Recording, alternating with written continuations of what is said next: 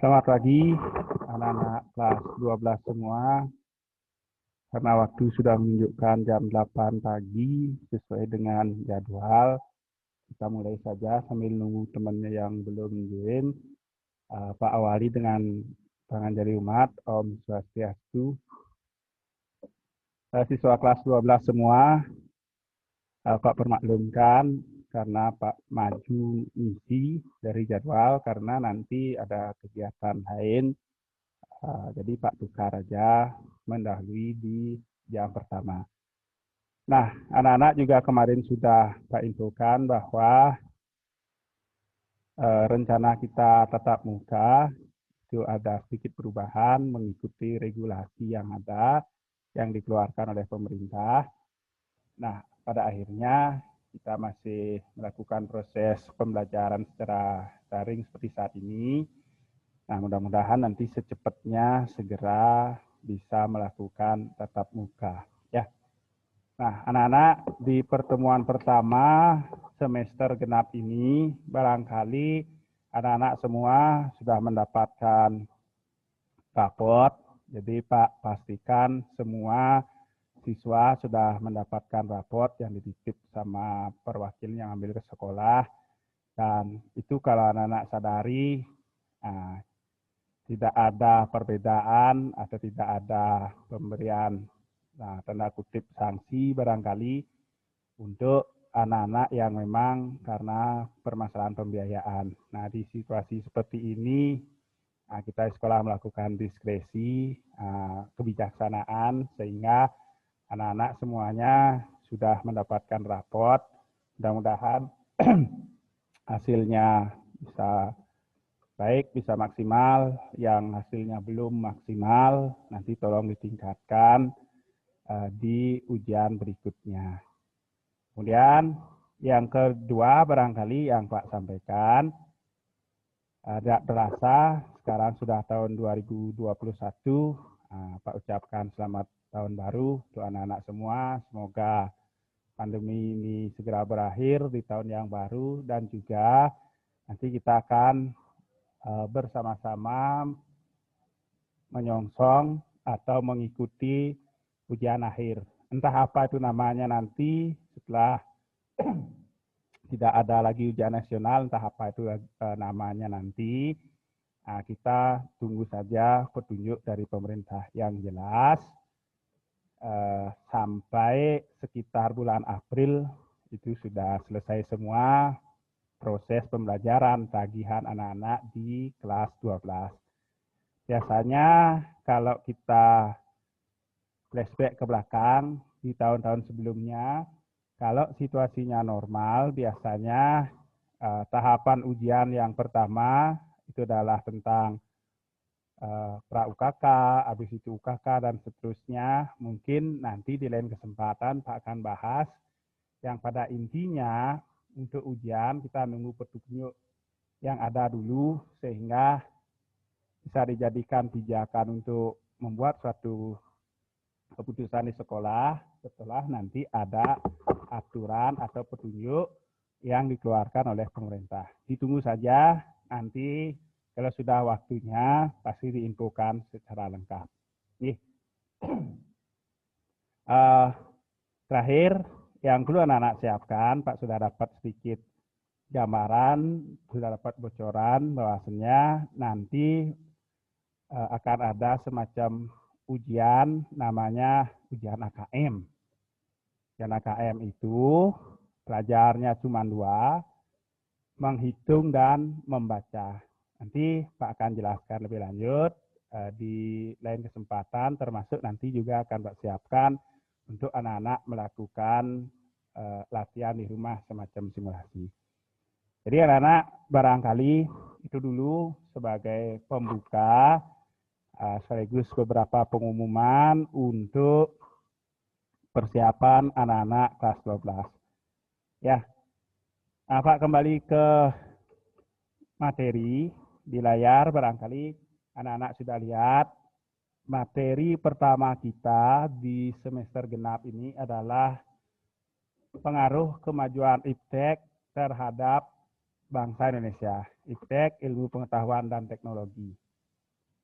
Nah, tujuan kita mempelajari ini adalah setelah kita bahas bersama-sama, Pak harapkan anak-anak memahami atau bisa mengerti apa itu ilmu pengetahuan, kemudian apa itu teknologi, dan pengaruhnya bagi kita apa.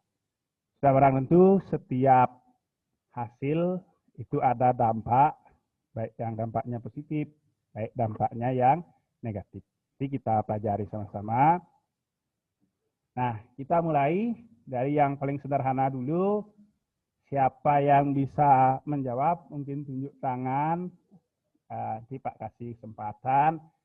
Menurut Anda, apa itu pengetahuan? Atau apa itu ilmu pengetahuan?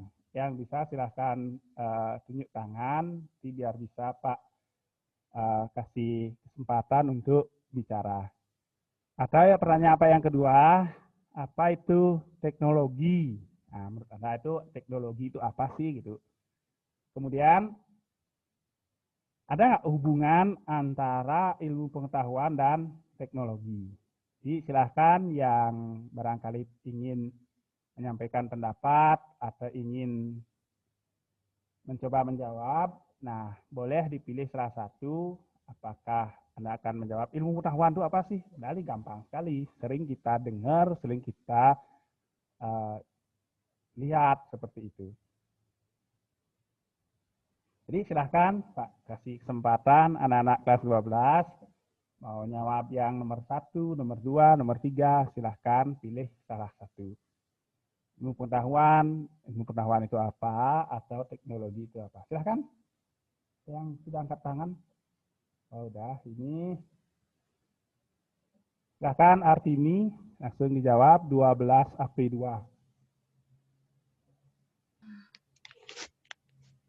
Kedengaran, Pak? Ya, sudah. Ini mau jawab yang nomor 1, ilmu Ya. pengetahuan. Ilmu pengetahuan itu adalah pengetahuan yang didasarkan oleh fakta-fakta, di mana pengajuan kebenarannya diatur menurut suatu tingkah laku sistem. Sebuah pengetahuan diatur dengan data laku atau sebuah sistem. Oke, itu Artini. Silahkan yang lain. Terima kasih Artini. Yang lain silahkan kalau mau mencoba menjawab, barangkali memberikan pandangan, memberikan pendapatnya tentang barangkali pengetahuan atau teknologi atau hubungan di antara kedua itu. Silahkan, mungkin Pak kasih lagi beberapa detik. Silahkan.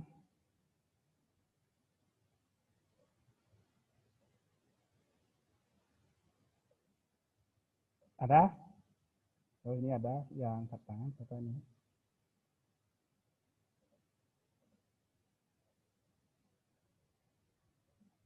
Putri Jayanti. Putri Jayanti 12 sampai 11 ya, kalau nggak salah. Silahkan ya. Putri Jayanti. Pak, maaf, kameranya mati. Ya, ya. Saya mau jawab teknologi. Teknologi adalah sarana yang digunakan untuk kenyamanan dan kelangsungan hidup manusia. Sarana yang digunakan untuk kenyamanan. Oke, terima kasih Putri Jayanti. Putri Jayanti 12 sampai 11 ya, benar ya? Ya, 12 sampai 11. Ya, terima kasih Putri Jayanti. Nah, ada lagi, silahkan. Ada? Oke, barangkali lagi satu orang. Kalau ada, silahkan. Oke, Loli 12 sampai 10. Perkenalkan, nama saya Nika Loli Prasintia dari kelas 12 AP 10. Saya ingin menjawab pertanyaan nomor 3. Menurut Anda, apakah ada hubungan antara ilmu pengetahuan dan teknologi? Tentunya saja ada. Menurut saya, dari ilmu pengetahuan yaitu kelebihan-kelebihan dari seseorang untuk dapat mengolah sesuatu dari yang tidak berguna bisa menjadi berguna. Dan teknologi, dari teknologi tersebut, dari ilmu pengetahuan yang dimiliki oleh manusia dapat mengolah ataupun mengubah teknologi-teknologi serta mengembangkan teknologi yang ada sehingga lebih bermanfaat dari yang sebelumnya. Oke, terima kasih Loli atas jawabnya. Nah, tadi temannya jawab bahwa pasti ada hubungan antara ilmu pengetahuan dan teknologi. Atau mungkin Pak simpulkan yang disampaikan, ilmu pengetahuanlah yang mempengaruhi teknologi. Mungkin kira-kira seperti itu. Nah, kita bahas sama-sama. Silahkan anak-anak perhatikan. Nah, anak-anak, ilmu pengetahuan adalah pengetahuan yang didasarkan atas fakta-fakta, di mana pengujian kebenarannya diatur menurut suatu tingkah laku sistem.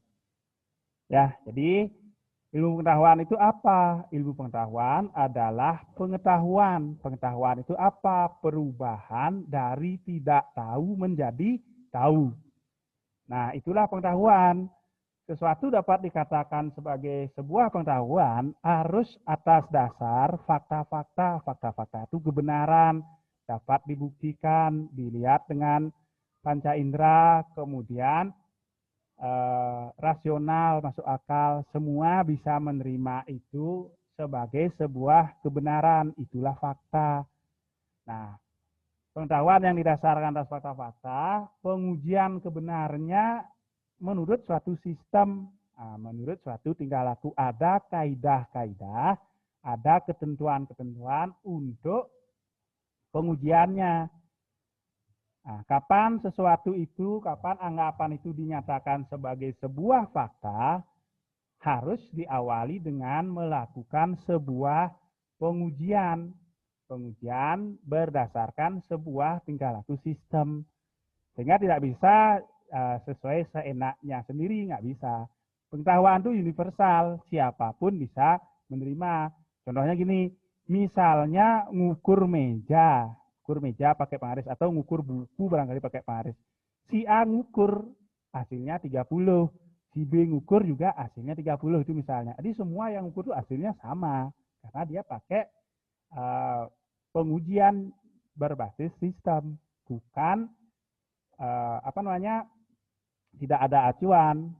Itu namanya pengetahuan. Jadi tolong diingat, ilmu pengetahuan itu apa? Pengetahuan yang didasarkan atas fakta-fakta, dapat dibuktikan. Semua orang bisa menerima dengan logikanya, walaupun dia punya sudut pandang yang berbeda.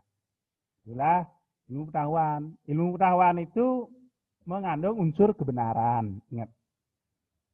Nah, kalau ngomongin ilmu pengetahuan, maka kata kunci atau di otak kita, di pikiran kita, biasanya akan tertuju pada ilmu pengetahuan itu apa? Teori-teori, konsep-konsep gitu. Itu di ilmu pengetahuan. Kemudian, teknologi itu apa? Teknologi, nah sederhananya gini, keseluruhan metode yang secara rasional mengarah dan memiliki ciri efisiensi dalam setiap bidang kegiatan manusia. Biasanya kesan pertama kalau kita ngelihat atau mendengar kata teknologi itu adalah canggih. Atau perubahan dari tradisional, konvensional ke digital. Itu teknologi. Ya, jadi pertamanya begitu kita dengar kata teknologi ya kita mikirnya canggih.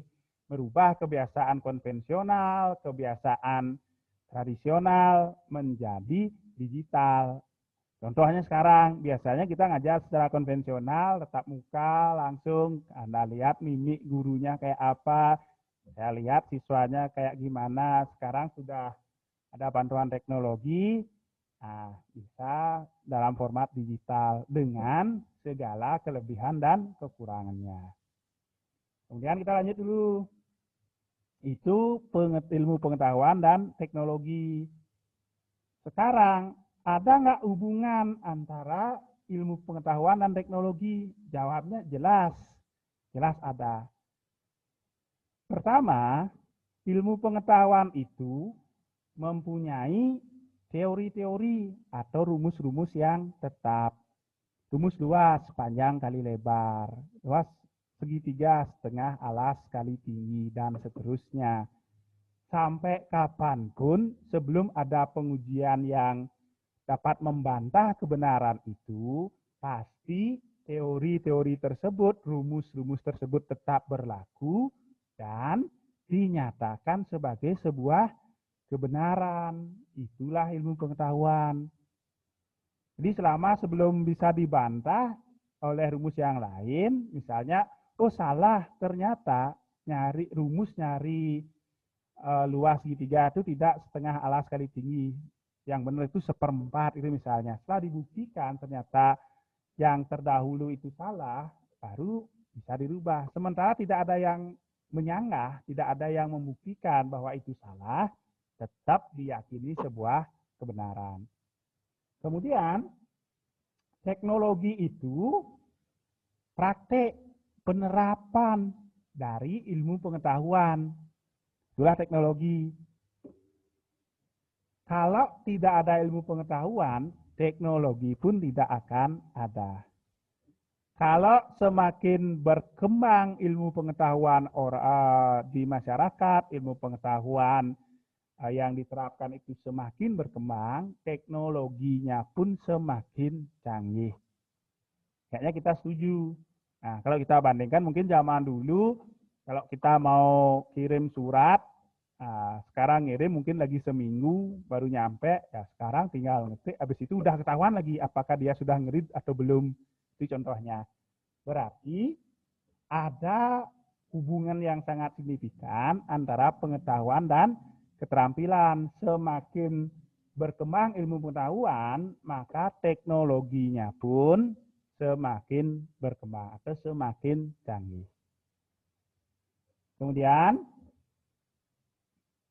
nah sekarang kita bahas ilmu pengetahuan menurut para ahli.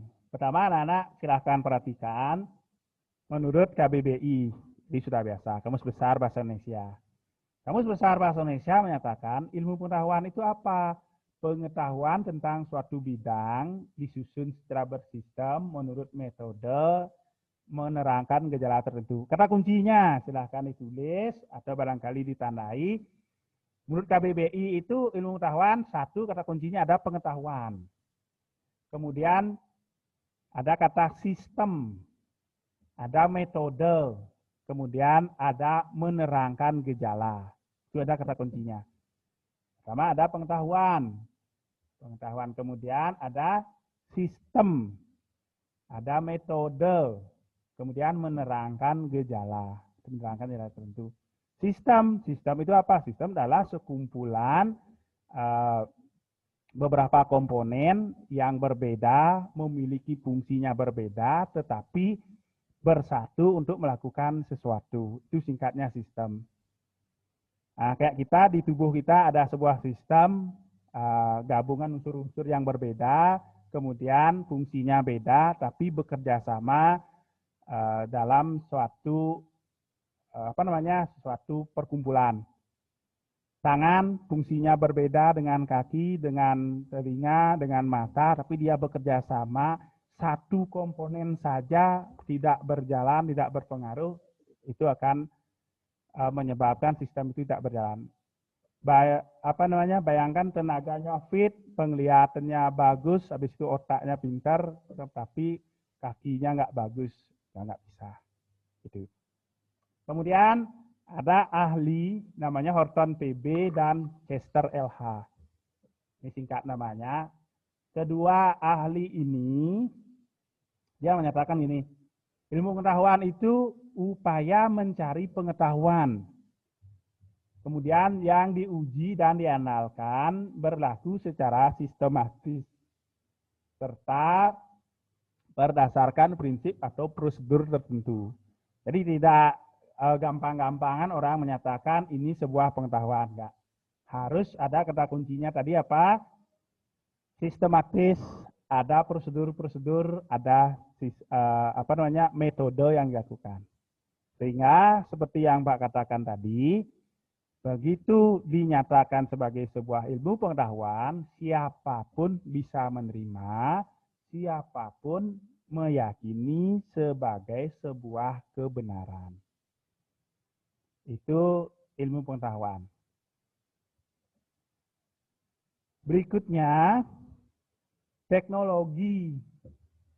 Teknologi itu kalau dari asal katanya secara harfiah dari bahasa Yunani, tekne dan logos. Tekne itu pekerjaan. Ya, logos itu peralatan, prosedur, metode, cabang industri. Kemudian ahli juga mengatakan Prayitno, teknologi itu seluruh perangkat ide, metode, dan teknik benda material yang digunakan dalam waktu dan tempat tertentu memenuhi kebutuhan manusia. Itulah teknologi. Seperangkat ide, metode, atau teknik benda-benda material dalam waktu tempat tertentu memenuhi kebutuhan manusia. Itu di teknologi. Nah, sekarang kita lanjut dulu. Ada juga yang mengatakan ilmu pengetahuan itu sebagai sains gitu ya. Pengetahuan tentang gejala alam yang diperoleh melalui proses metode ilmiah.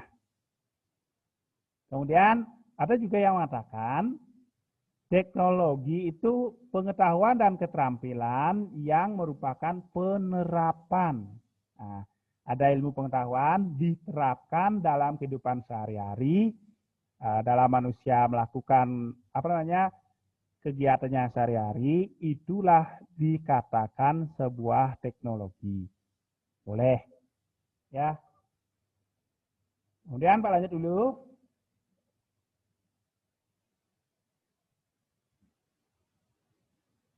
Sekarang Anda lihat, ilmu pengetahuan dan teknologi adalah ilmu yang mempelajari tentang gejala alam dibantu perkembangan teknologi. Tadi dipisah, ilmu pengetahuan itu apa, teknologi itu apa. Sekarang digabung IPTEK gitu, ilmu pengetahuan dan teknologi IPTEK. IPTEK itu apa? Ilmu yang mempelajari gejala alam dibantu perkembangan teknologi. Sehingga perlahan-lahan manusia mulai menyibak tabir-tabir atau misteri-misteri yang selama ini belum bisa dijelaskan secara ilmiah. Manusia mencoba menjelaskan secara ilmiah melalui perkembangan teknologi. Sehingga sekarang bisa diprediksi, oh gejala alamnya seperti ini, diprediksi akan ada tsunami, diprediksi hujan lebat. Manusia bisa melakukan antisipasi walaupun itu tidak bisa akurat 100%. Ya, karena keterbatasan kita. Kemudian, perkembangan ilmu pengetahuan dan teknologi hasil dari segala langkah dan pemikiran untuk memperluas, memperdalam, dan mengembangkan ilmu pengetahuan. Penjelasan yang tadi. Teknologi itulah hasil pengolahan secara meluas, kemudian mendalam dari ilmu pengetahuan itu sendiri. Itu teknologi. Berikutnya, ilmu pengetahuan dan teknologi itu ada juga yang mengatakan inovasi.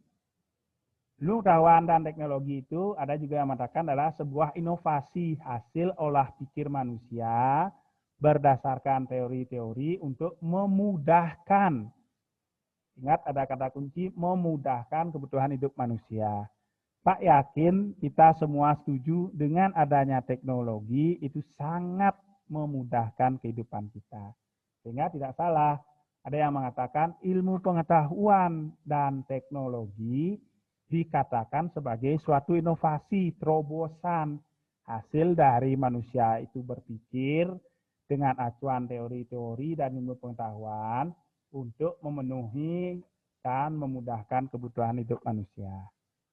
Itu di ilmu pengetahuan teknologi. Nah, sebelum ke ciri-cirinya, apa yang bisa kita tangkap dari uraian tadi ya anak-anak? Pertama, kita semua yakin atau mungkin kita semua sepakat teknologi itu buah hasil pemikiran manusia dari teori-teori yang ada untuk memudahkan kebutuhan hidup manusia kan begitu. Yang ingin Pak sampaikan bahwa teori teknologi itu bagaikan pisau yang bermata dua. Gimana pisau yang bermata dua? Kalau Anda gunakan secara bagus, secara bijak, maka teknologi itu jelas dapat memudahkan kebutuhan hidup manusia. Akan tetapi, kalau Anda gunakan secara tidak bijak, teknologi itulah yang akan mengancam kehidupan kita secara luas. Apa yang ingin Pak sampaikan, di dalam Anda menggunakan teknologi, sekarang ada yang mengatakan sekarang itu adalah zaman teknologi 4.0, zaman 4.0 gitu, 4.0. Kemudian di mana ciri-ciri zaman sekarang itu kita hampir tidak bisa lepas dengan teknologi. Buktinya saban hari mungkin hari itu ada 24 jam, kita megangin HP, lototin HP itu sekitar 18 jam. Atau barangkali mungkin lebih dari 12 jam, atau lebih dari 50% waktu kita digunakan untuk menggunakan teknologi. Nah, dari yang setelah kita pahami, teknologi itu lahir dari pengetahuan, pengetahuan itu adalah fakta-fakta kebenaran, Pak ingin menyampaikan ke anak-anak, bijaklah menggunakan teknologi. Kenapa? Karena dasar awalnya itu adalah fakta-fakta sebuah kebenaran. Jangan menggunakan teknologi hanya untuk menyebarkan suatu kebohongan, kemudian yang kita kenal hoax, kemudian menyebarkan sesuatu yang belum kita tahu apakah itu benar atau enggak.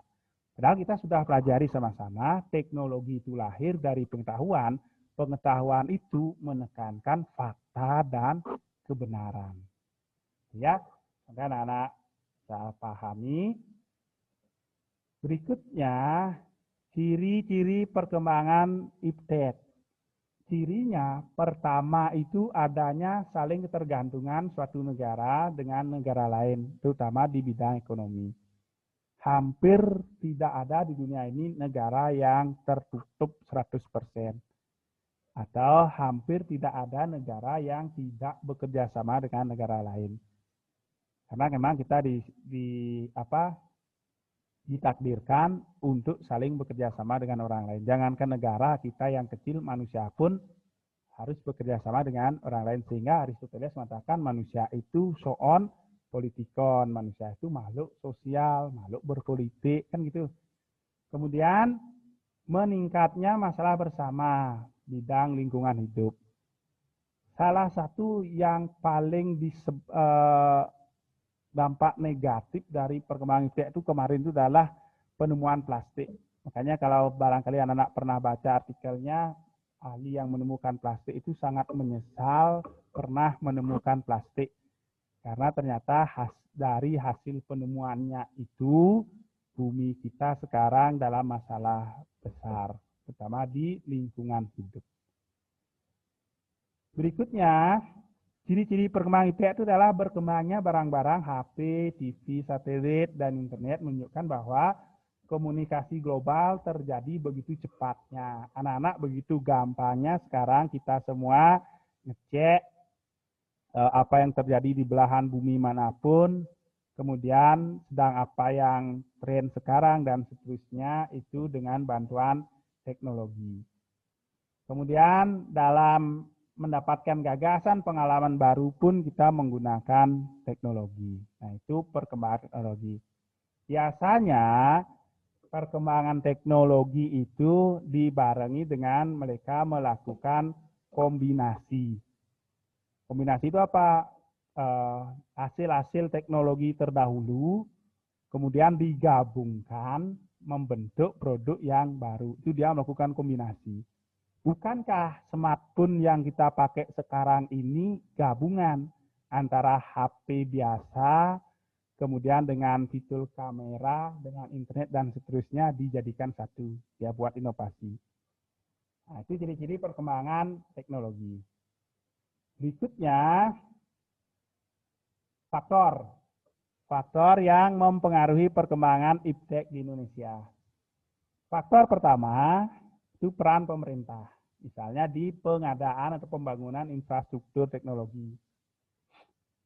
Nah, contoh sederhananya, jadi kalau anak-anak ingat dulu kita pakai sinyal 2G aja bukan main sebenarnya. Habis itu keluar 3G, lihat HP atau tulisan 3G, udah keren sekali. Sekarang 4G, habis itu nanti entah G apa lagi. Nah, itu peran pemerintah. Bayangkan kalau pemerintah kita tidak membangun infrastruktur seperti itu, ya kita nggak bisa menikmati. Ya. Kemudian tantangannya adalah SDM yang berkualitas. ITEK berkembang, SDM-nya juga harus berkembang. Kita sebagai pengguna juga harus berkembang. Seperti itu. Berikutnya, faktor yang mempengaruhi adalah pengaruh dari negara luar atau negara maju. Sadar tidak sadar atau Anda terima atau enggak, negara luar, negara maju itu mempengaruhi negara kita termasuk kebiasaan kita. Mungkin kalau dulu kita belanja pakai uang tunai, kemudian sekarang sudah terbiasa pakai non tunai. Dulu kita melihat fenomena orang mau narik uang itu antrenya minta ampun di teller, kemudian sekarang ya kita gampang aja, tinggal ke ATM udah uangnya udah langsung keluar. Bahkan sekarang kita bertransaksi, kalau dulu pakai gesek, nah, gesekin kartu, input PIN-nya, kemudian uang kita akan didebet berapa kita belanja. Sekarang udah pakai QRIS, udah baru lagi, tinggal di scan barcode-nya, udah uang kita udah kepotong. Nah, gitu faktor yang mempengaruhi. Kemudian ini harus globalisasi. Ya, globalisasi itulah yang menghilangkan sekat-sekat batas-batas negara dalam kita memperoleh informasi.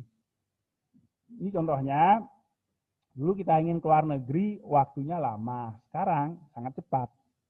Ya, dengan adanya teknologi, mungkin video call, kemudian telepon, dan seterusnya. Kemudian, kita lanjut lagi 3 slide saja. Ada manfaat. Nah, ini biasanya yang paling sering saya cek di soal, ini biasanya ditanyain di pangan. Ya, manfaat ITEK dalam kebutuhan pokok manusia. Kebutuhan pokok manusia ada 3, sandang, pangan, dan papan. Makanan, pakaian, dan tempat tinggal. Biasanya yang paling ditanyakan itu adalah manfaat ITEK dalam pangan. Di EC biasanya. Sebutkan manfaat ITEK dalam memenuhi kebutuhan pokok manusia dalam bidang pangan atau di bidang pangan. Nah, contohnya adalah adanya bibit unggul, bioteknologi, mekanisasi pertanian, pakai traktor, habis itu ngolah tanahnya pakai traktor, manennya pakai mesin beras juga, habis itu ngolahnya biar jadi beras juga pakai mesin. Bayangkan kalau dulu cerita tetua kita dari awal mulai bertani sampai terakhir itu pakai manual. Sekarang dengan adanya ITEK, biasanya di esai itu yang paling sering adalah tentang manfaat ITEK bagi kebutuhan pokok manusia dalam bidang pangan. Silakan anak-anak cek.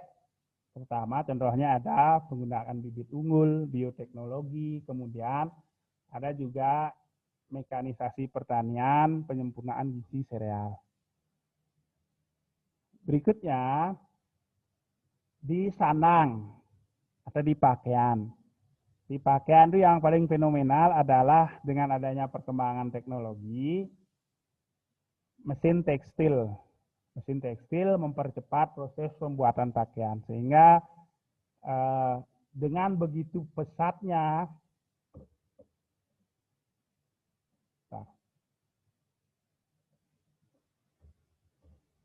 nah, dengan begitu pesatnya perkembangan di tekstil itu, seakan-akan kita semua terjajah oleh mode. Belum selesai pakai mode, habis itu sudah ada yang baru lagi. Itu perkembangan di sandang. Di papan atau di tempat tinggal, dengan adanya bantuan teknologi, manusia mampu membuat rumah, gedung pencakar langit. Kalau dulu kayaknya belum terbayang sebelumnya kita berada di gedung dengan lantai 56 misalnya. Ya, sekarang itu sudah hal yang biasa. Bahkan manusia-manusia modern seperti sekarang terobsesi kalau view-nya mungkin view laut, view sawah itu sudah terbiasa. Sekarang dia pengen view-nya adalah view awan. Begitu buka jendela, lihat ke samping awan biru, awan putih. Jadi bangunannya udah langsung dinembus awan gitu. Ya.